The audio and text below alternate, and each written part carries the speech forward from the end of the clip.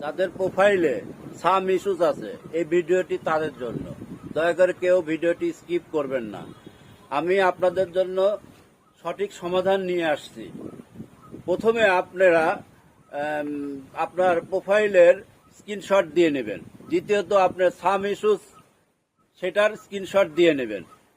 তারপরে কি লিখতে হবে সেটা আমার কমেন্ট বক্সে আমি লিখে রেখেছি, সেটা আপনারা কপি করে নেবেন প্রথমে। তারপরে রিপোর্টে ঢুকে সেটাকে পেস্ট করবেন। পেস্ট করে অবশ্যই সেই লেখার নিচে আপনার পেজের অথবা প্রোফাইলের লিঙ্ক দিতে হবে। তারপরে আপনি যে ওই যে স্ক্রিনশটটা করে নিলেন, সেই স্ক্রিনশটে প্রথম যে আপনার প্রোফাইলের স্ক্রিনশট সেটা আপনি পেস্ট করবেন।